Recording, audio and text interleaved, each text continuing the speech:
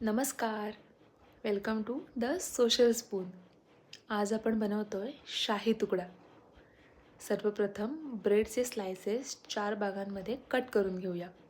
एका वाटीमध्ये 1 चमचा custard powder थोड्याशा दुधामध्ये छान मिक्स करून घेऊया. आता एका पॅनमध्ये घेऊया 1 ग्लास दूध. त्यामध्ये घालूया थोडी साखर आणि साखर विरघळेपर्यंत छान मिक्स करून घेऊया.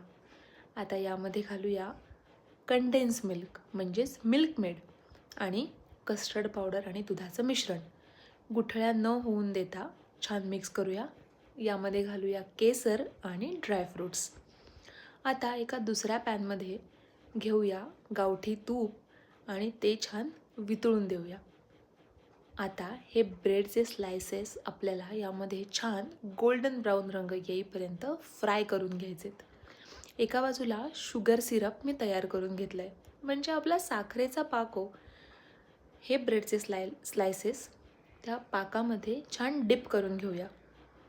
एका सर्विंग बोलमध्ये ठेवून घेऊया हे ब्रेडचे स्लायसेस.